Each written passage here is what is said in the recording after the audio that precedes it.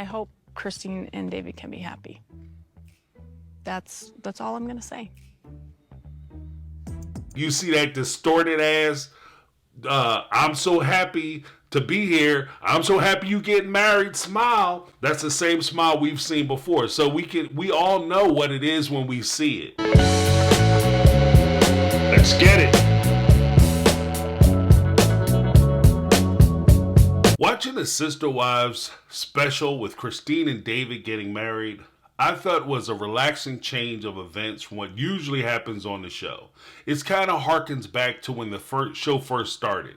Everything is more harmonious, there's not a whole lot of drama, there may be underlying hard feelings, but those hard feelings don't usurp or take over the storyline.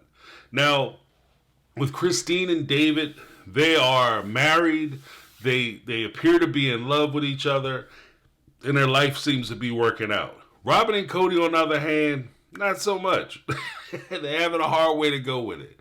And as I explained in a previous video, I think that the reason why they're having such a difficult time isn't because they were so in love with Christine and they were so desperate for Christine to be around, but they're upset at what they lost in the event of the things that benefit them, the things that made their life convenient, the things that made their lives easier or more cushy or more luxurious, because they were taking money from the family, they were taking basically everybody's check, putting it in a pot and deciding how that pot is going to be spent.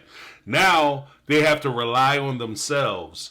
And honestly, for people who sit and proclaim that they are the main drivers, the backbone of the family, the brains of the family, the ones who are guiding and controlling the family, it's amazing to me how little they're able to do on their own.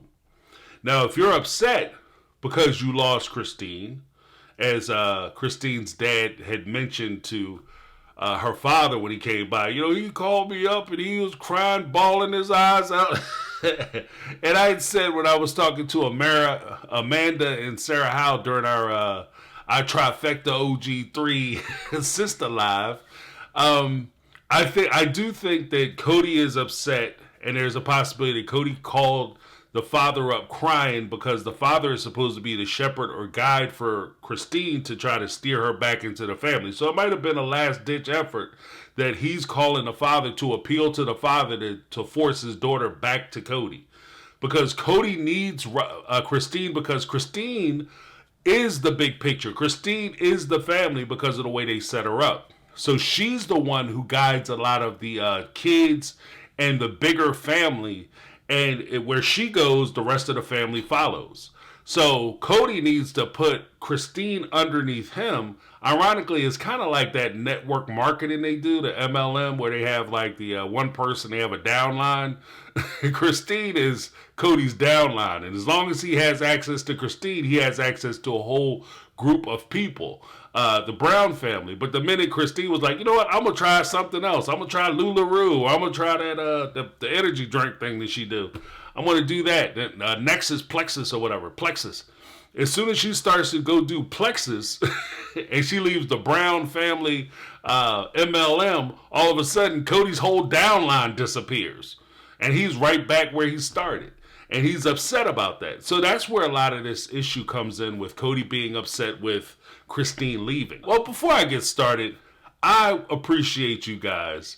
And I give a hats off to TLC, who finally figured out that people who watch the show since the inception, people who have been fans of the show, and more importantly, people who support the show, your customers, TLC, good job in letting them have the opportunity to see benchmarks and milestones in the characters' lives that they've been following for the last 18 seasons.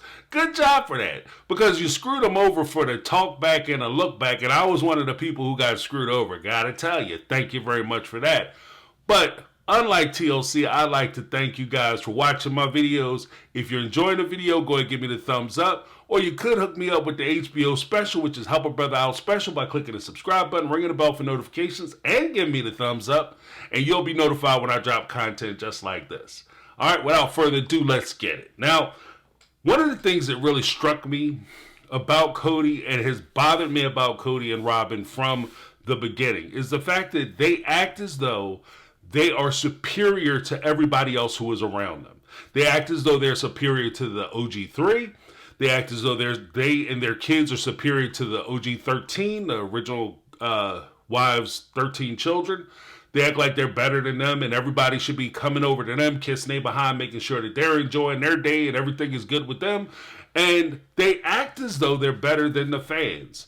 This is an example of Justice for Jeff. When Jeff had wrote in during one of the lookbacks, I don't know if you guys are familiar with this, they had a fan who had wrote a question basically saying, hey guys, congratulations. You both acknowledge that you have found your soulmate, the love of your life, in each other. You're together. Why don't you enjoy being together? At which time Kody snapped out talking about, you guys only watch a little bit of my life on this reality show. You listen to these tabloids. You don't know what's going on with this. You don't know my life. You don't know my life. That's what Kody had to say to a fan, or what, like I said earlier, a customer of the TLC franchise. And this is how we talk to him. Like, you don't know. I don't have to look at somebody when Charles Manson did what he did. I didn't have to learn about Charles Manson's childhood and what he had for breakfast. I don't care. It's what you do when you're on screen. If you're acting like this on screen and they're catching these moments on camera, and you know that the cameras are standing there and you're okay with displaying this type of attitude, personality, or behavior, and we criticize you but for what you displayed to us, don't be mad at me. Be mad at yourself. I didn't make you do the stuff you did to put yourself on camera. And as I'm watching them talk about Christine and their wedding and their nuptials, it struck me that we're back in the same place with them that we started with them. They still hold themselves out as the authoritative, know better than individuals or power couple who gets to decide who's going to be happy and who gets what. As Kody is sitting there trying to figure out how to rip off his sister wives for that land on Kody Pass, oh, we get 8. You guys have to figure out what you're going to do between your 4 and your 2. They're always trying to figure out how they can get some kind of advantage. And even as Kody talks about breaking up with Christine and leaving the family and her leaving the family, when she leaves the family, even though he's sitting there crying and complaining and saying he was mad for 3 years because she left, he's still sitting around saying that she wasn't nothing when she came into the family, which boggles a lot of people's minds, because if he wasn't anything when she showed up, why do you give a shit that she's leaving? Why do you care that she's leaving?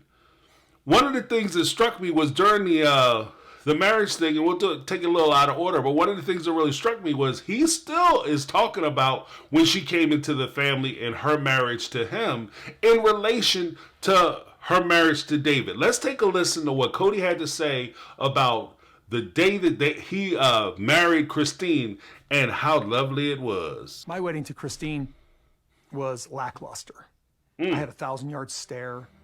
Okay. And I had 2 other wives who weren't really in the best of emotional condition. I just don't think they were close enough to Christine at the time. It wasn't a great day. I hope Christine gets her great day with her wedding. So if she's doing something really wonderful, spectacular, and beautiful, and David's digging on her, good for them. Now, the first thing that I'll point out is I was standing there. I had a 1,000-yard stare. Basically, I was in a place where I didn't want to be. And in this particular culture, bro, if you're in a place that you don't want to be, you don't have to marry her. They're not forcing you. I've never heard in any of these, like, even in the hardline polygamy stories where there's a lot of abuse and a lot of craziness, even in the ones where the people were getting murdered. I've never heard somebody being forced, one of the men being forced to get married. It's always the young ladies being forced into polygamy or being forced to marry somebody 13, 14, 15 years old, being forced to marry a 40, 50-year-old man. I've never heard of a situation where the guy's like, I absolutely positively do not want to marry this woman. Clank, clank, you gonna marry her. You know what I mean? I've never heard of that. I've never heard of that, because usually guys decide who they're going to bring into their family, who they're going to do the bond with, and typically a lot of times it has some negotiation or it has some kind of privilege or power associated with it. So when they go for this type of marriage, they usually are getting some kind of advantage. You give me the 14, 15, 16-year-old, and I'll give you XYZ, or I'll give you so much money, I'll give you so much land, I'll give you so much power, so much influence. It was always kind of that kind of barter, but it was never a situation where the men were being forced to marry somebody. Even in that statement, Kody turns around and says that it's the wives' fault. He's still trying to put it on the sister wives. Oh yeah, Christine, she didn't really have a relationship with Janelle or Mary, and that's what kind of ruined the day, and I felt bad for them. What? You felt bad for them? And even from that respect, I did a video, hope you guys check it out, where I was talking about Janelle and the acting. He sits there and says that when he was proclaiming to Mary, that he was acting and he was pretending to actually like her and care for her and all that stuff.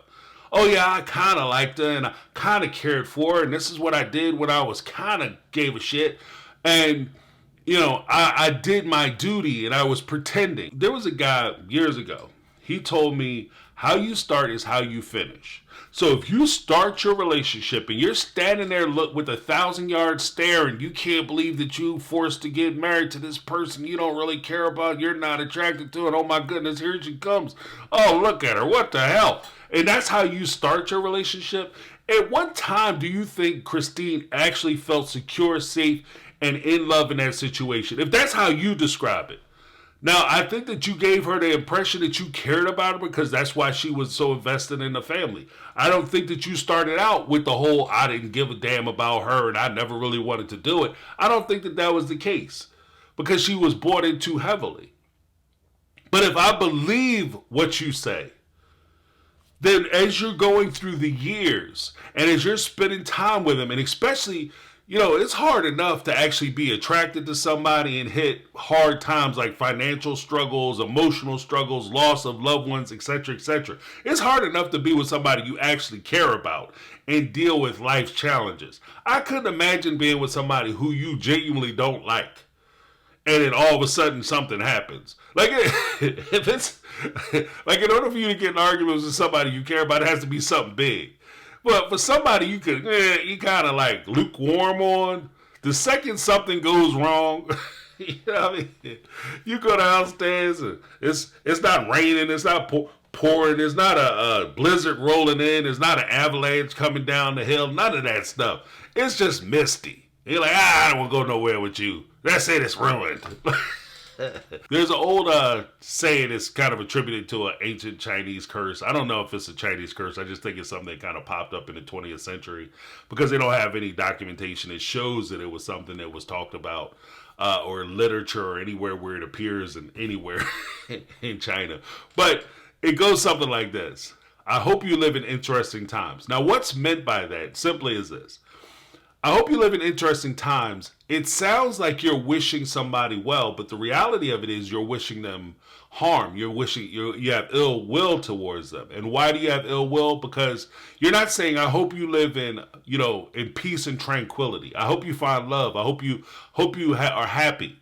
What you're saying is, I hope you live in interesting times. You know what's interesting? Trouble. Trouble is interesting. Difficulty is interesting. Obstacles are interesting. It's not curiosity. It's not curious times where you're finding solutions and finding answers. They're saying they hope you live in interesting times. That's usually conflicts, tumultuous times that you would be involved in or embroiled in. And that's what I hear with Kody in his explanation of his well wishes towards Christine. I hope that this time around she's actually finding her soulmate. I hope that that's the case. I hope that, the wedding is beautiful and she has a lovely day. And I hope that David is actually attracted to her. I hope that that's the case. I hope that that's it. That's you saying that you don't think that that's the case. That you think the exact opposite. You think that she's not going to have a lovely day. She's not going to be happy. That David isn't attracted to her. Because how could David be attracted to her when you're not attracted to her? When you don't think that she's as attractive to you as your diesel gene model, Robyn is. AKA Pencil Box. You don't think that she's as attractive as the one you want. So you can't see a world in which David is attracted to Christine. The problem that he has is that he doesn't understand. Not every man is looking for the same thing. He has that limited, short-sighted, very naive, immature view that everybody has to be attracted and everybody has to like what he likes. And if he doesn't like something, he can't see a world in which somebody else would like it. There's also a point in the special where Kody is... he's on the land cutting down trees. And I guess this is them showing that, you know, Kody, the hater of all outdoors, he's doing some work on the land. You can see the house in the background and you hear Robyn out there. Let's take a look at that because I think it's funny.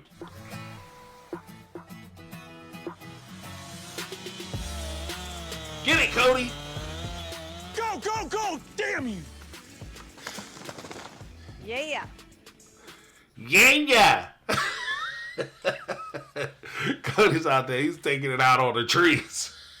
He's so upset about Christine. He's out there taking it out on the trees. Go, go, go. Damn you. Who does that? Damn you to a tree? What did the tree ever do to you?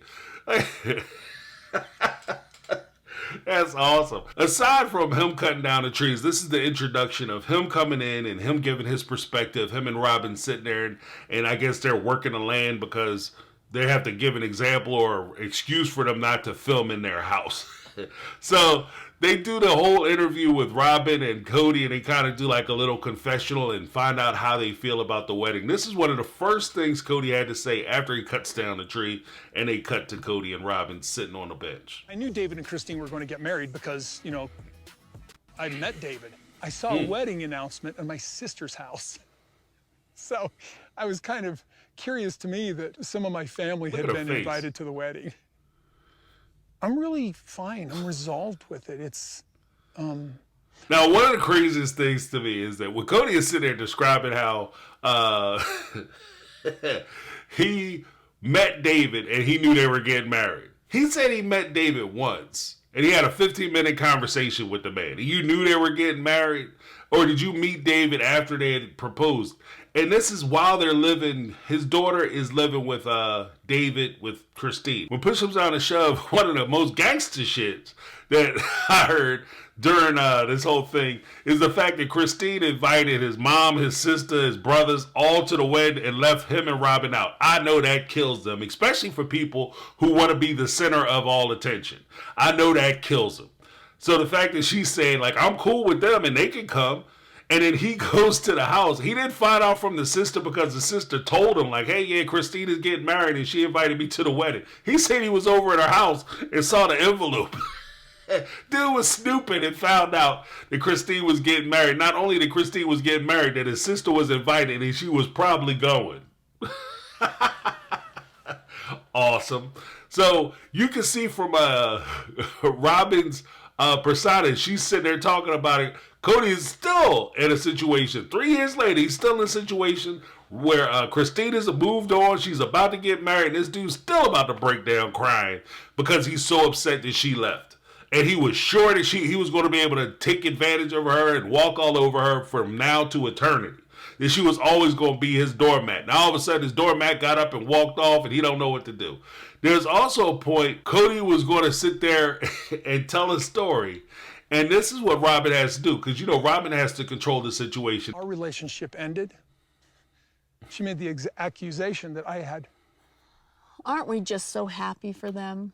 Well, I'm just telling the whole story. We're I can't. just so happy for them, right? That's what we want. Well, I'm just telling my story. Now, the first thing that I notice is that Robyn does not trust Kody. She doesn't trust him to do the right thing. She doesn't trust him to say the right thing. She doesn't trust him to have the right emotion. Why? Because this is a conversation that you can tell that the two of them have had and continue to have about how unfair it is and how it's not right and how she abandoned the family and how she's making a terrible mistake and how this isn't a good thing and that she's never going to be happy because she can't ever find happiness with anybody else but us. So if she's leaving us and she's not around us, then she's never going to be happy. So she needs to come on back. because this is where she belongs. That's the attitude that they have, and you can see that in the conversation. Now, one of the more funniest things is that as you listen to Robyn try to take control over Kody and direct him the way she wants him to go because she doesn't have confidence in the things that he says, that is a strike towards Kody. Because again, one of the more interesting things about his personality is that Kody, no matter where you see him, who he talks to, or even how he carries himself, Kody, undeservedly so, admittedly, believes that he is hands down the smartest man in the room. And since men are superior to everybody else, that will make him the smartest person in the room. He thinks he's smarter than everybody else. He thinks he has the gift of gab and he can explain things and he's a thought leader. So therefore, when Robyn is challenging him this way, it's endearing when he was dealing with the wives and he had the distraction of the discord and conflicts with those other ladies. So it was acceptable because he had somebody who was on his side. Now you have somebody who is running over him. And if you've ever watched the interview with Kody, it's interesting to see that Kody likes to run over other people and he likes to direct the conversation because he knows where he wants the conversation to go and what should be said. But Robyn is taking that from him. Now in the beginning, Kody might be compliant with it, but I can see a situation and scenario where eventually Kody is going to get tired of it and try to stop that from happening, and that's going to create problems between him and Robyn. But let's listen to what Kody's actual story, because you know he's going to break through and Kody going Kody, so he's going to tell his story regardless of what Robyn thinks. You can't stop this from rolling. You can't stop the Kody coaster. Christine said, Dad, to our children, Dad has his soulmate. I'm going to go look for mine. And so I'm like, she says she's found her soulmate, and I'm happy for her for that fact. That's what I was going to say. Okay. I just wasn't sure. Well, just because I've been angry for 3 years doesn't mean that I can't be happy for them to have. Okay, cool.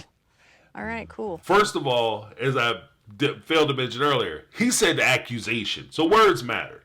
He didn't say, Christine had taken a position or Christine believes that we are soulmates. He said Christine accuses us of being soulmates. That's her position. That's what she said. She's taking that and putting that on us. And usually accusations, when you use it a lot of times colloquially, accusations are not things that you would say about something you know is true. It's something you typically would say when you are trying to figure out whether something is true. You're asking a question. I'm going to make the accusation. I'm accusing you of da-da-da-da-da. I'm not blaming you. I'm accusing you. I don't have the information to get to the point where I could blame you. I'm going to accuse you. So it's like a little different. It's similar, but it's not the same thing. So when he uses the word accusation, he's saying that, she believes that Robyn is my favorite, but she's not my favorite. I don't have favorites, because that ties back into the old narrative that he used to tell that nobody believed. Even since season 1, episode 1, everybody knew that Robyn was his favorite. Robyn was his preferred one. Robyn was the one who he sought after. Or as he said, she's the one that got his favor, came into his favor. And in addition to that, you can see from Robyn, she doesn't like the idea that Kody is asserting that Christine could be happy with somebody else. And that she has actually found her soulmate. Let's take a look. Now, I slowed it down a little bit. Let's zoom in on Robyn's face as Kody is telling the story about how Christine has found her soulmate and she's going to find her happiness without Kody and Robyn or the official Brown family. Dad has his soulmate. Look at her face. I'm going to go look for mine. And she starts to shake her head no. I'm like, she says she's found her soulmate, and I'm happy for her for that fact. Robyn there licking her lips because she could taste that lie that she telling. It's better. And then when Cody's sitting there saying like, she found her soulmate, and Robyn is sitting there shaking her head no, because that's what she's used to doing. She's used to playing into that. And this is what makes them horrible actors. She's put herself in a position where she wants to say she's the victim, that somehow she's being slighted because Christine has left the family, she's moved on, she's going to seek another person. So essentially Christine is committing adultery and has betrayed the family. That's the position that Robyn wants to have, and that's the position she wants to stand on, and that's what she wants to officially believe, because that's what she's been pushing for so long. And by pushing that for so long, when she's sitting there and Kody is trying to put on a strong face and pretend like everything is okay, Robyn is betraying what he's saying. She's betraying him. Because on her face, you can see that she's not excited about what she's saying. She's not wishing the best for Dave and Christine. She's not hoping that they have a happy marriage. You can tell that from her response. Because when she's not talking, and this is, again, a sign of a bad actor, when she's not talking, she's in her head. She's not paying attention to what's going on. She's not in the moment. She's too busy thinking about what she's trying to do next and what she's going to say next and how she feels. So when she's talking, she's putting on a big happy face and the smile, and she's running her lines and the things that she wants to say and the message that she wants to put out and the dialogue that she wants to have. Hey, I'm happy for David and Christine. I hope they have the life that they always wanted. I hope that they have all the stuff that they like, etc., etc., etc. But when she's sitting in silence and she's sitting in her moment, then all of a sudden what she reveals is that she doesn't want any of that stuff. She doesn't want Christine to be happy at all. In fact, what she's probably most likely wishing is that Christine has a miserable time with David, that David mistreats her in some way, and that she has to come back to the family, crawling back to the family, begging for forgiveness, and that she finds herself in the same situation that Mary had been in for so long. You asked the question, why did Robyn allow Mary to sit around for so long? Why did she encourage Mary to sit around for so long? Because that's what they do. They take advantage of your situation. They take advantage of the fact that you made a mistake or you made an error, or the fact that you started to step away and now you're trying to come back, and they punish you for even thinking of leaving. And that's where I think Robyn is feeling shortchanged, because in her mind, and this is me taking my position, so Robyn, forgive me, Robyn wants the opportunity to be able to punish Christine for what she considers to be an egregious offense that Christine has committed by even talking about leaving or abandoning the family to go seek her own personal happiness. So there is a final portion of this that I wanted to play that talks about them. Again, me think she doth protest too much. I think that they're revealing themselves because they're doing a whole lot of well-wishing. Let's take a listen to the last portion of the well-wishing that they have for Christine and David moving into the next chapter of their lives. I hope Christine and David can be happy. That's all I'm gonna say.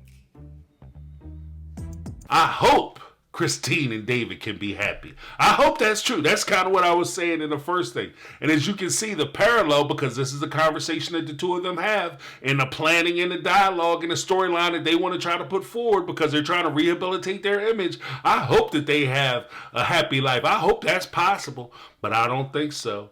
And you can always see when somebody starts shaking their head, no, that's exactly... They don't agree with the things that they're saying. I don't agree with anything I'm saying. I don't think it's true. Because if she actually believed it, then she would be saying, I hope that David and Christine have all the happiness that they deserve. They deserve to be happy, don't they? I want them to be happy. I want them to go out and have a bang-up life. I want them to have all the happiness that I have. Now, I hope they can have that. I hope it's possible. I hope it's possible. Oh, man. But you notice the smile that Kody had at the end, where he was sitting there smiling like a fool. But 2 minutes ago when he was describing how he found out about the wedding, that his sister and them were being invited, his family was being invited, the fact that Christine is being, getting married, when he was reliving the whole process, the conversation that he had about finding out that they were getting married, and he looked like he was about to break down crying.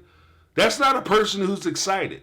But this is also reminiscent of another time that Kody showed that fake or displayed that fake happiness or joy, that everything is okay, and he tries to put on the happy sunshine face. But you can see behind his face is nothing but frustration.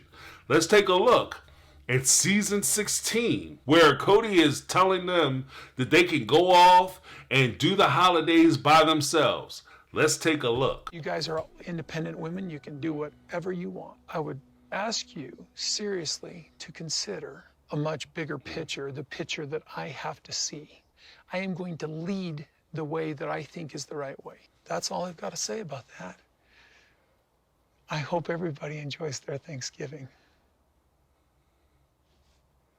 Now, does anybody believe that he hoped they enjoy their Thanksgiving? Does anybody believe that shit? I don't believe that. I don't think he's wishing. If somebody said that and you take your car to a mechanic and that mechanic looks at you and says, yeah, I fixed your brakes. I hope you have a good drive down that windy ass mountain. Don't get in the car, okay? Oh, you're all independent women. Did he believe they were independent women? Absolutely not. Was he happy at the idea of them being independent, making decisions for themselves? Absolutely not. This is Mr. Patriarchy. It wasn't that long after he said all this that he started talking about he want to go back to the patriarchy and start rolling the patriarchy out. That's not supporting strong, independent women who can make their own decisions. Even when he said, I know you're all strong, independent women who can make your own decisions, but I need you to think about me, who has a bigger picture, more responsibility than you guys will ever know. I want you guys to at least consider all the things that I have to take into account and all the planning that I have to do. So this is, again, him putting himself up here and putting these women down here. I'm above you. I have so much more on my shoulders, so much more that you don't know nothing about. You have a little bit of stuff that you worried about, little small stuff that is insignificant. And so I'm asking you to consider me, because I am the person who is not only responsible for this big picture, but I am the leader. I'm going to lead. And you're going to, if I'm the leader, and I'm talking to people, and I say, I'm the leader, what does that make you? That makes you the follower. So he's saying to these ladies, you're the follower. And then again, you see that distorted ass, I'm so happy to be here, I'm so happy you getting married smile. That's the same smile we've seen before. So we all know what it is when we see it. Everybody who watched the special, I'm sure, had the same opinion as they were watching. I'm not saying anything new or original, I know. So I know people watching the special thinking the same thing. Like, this dude is not wishing them well. Robyn is not wishing them well. You don't spend, because all this was filmed about the same time. Between the tell-alls, the look back, and the talk back, all this was filmed about the same time. So you don't go from talking about how she wasn't nothing when you married, and she wasn't nothing when you met her, she wasn't nothing as a wife, she wasn't nothing as a sister wife, she was kind of the kids are easy, so which basically saying that she wasn't shit as a mom. You go through the whole thing this whole time and talk about how you didn't want her, and she betrayed the family, she abused your trust, she did all this stuff, and then turn right around and say, yeah, I hope she has a happy life. I don't buy it. Sorry. I don't think that you change or evolve or change your mind that much, or that, I won't say that much, that quickly, because that's almost diametrically opposed to the position that he had taken before. Again, I think that this whole thing has been an experiment or an example of people trying to rehabilitate their image, trying to control the narrative. That's what we're watching. We're watching them work. And they're trying to work us because they don't respect us and they don't respect our intelligence. And I'll close with this. I think that there was a time I used to get angry when I thought people were lying to me and they would tell me a stupid story. I'd be like, you guys are insulting my intelligence.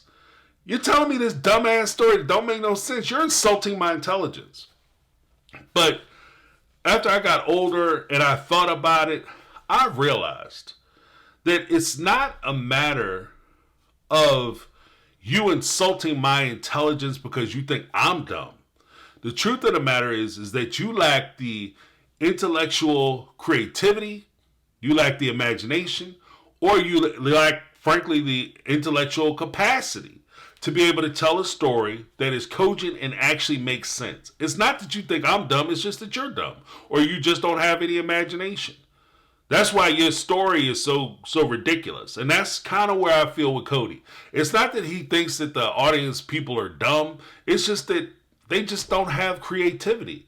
They don't have the wherewithal and the facility to be able to understand things in a way people actually interact with each other. The way they look at the world and what they think a response would be, they go more to the logical response of the way somebody should act. They feel that somebody should believe, and what they think makes sense for this particular situation. As I watch Kody and Robyn try to push forward this story, a lot of it just comes down to what they think makes sense. So when they say that they're happy for Christine, that's because they didn't get any success with tearing Christine down, saying that Christine destroyed the family and she should come back to the family because she has to be in the family and she has to stay in the family. The people that they were trying to impress upon this notion didn't buy it. The fans didn't go for it. In fact, they were being roasted because they did try to force Christine back. And because they received such a negative outcome, even Robyn, in her desperation, that's why she's trying to shut Kody up. That's why she's trying to shut him down. That's why she's trying to, take control of the narrative, because she thinks she understands people better than Kody does. The truth of the matter is that you understand Kody better than you understand regular people. Probably because you and Kody are more closely aligned than most of the people that you deal with or come in contact with. So it makes sense that you think that you understand people because the person you're dealing with is closer to you and believes as you believe and has the same limitations that you have. So the two of you think that you understand people better because you understand each other. The truth of the matter is that you don't understand what the rest of us go through and what we feel and how we would react in certain situations and why we act the way we do. So when when Kody and Robyn try to construct a story, they can only do it from their understanding. Let me know what you guys think down below. I'm James. This has been My Take on Reality, and I'm out.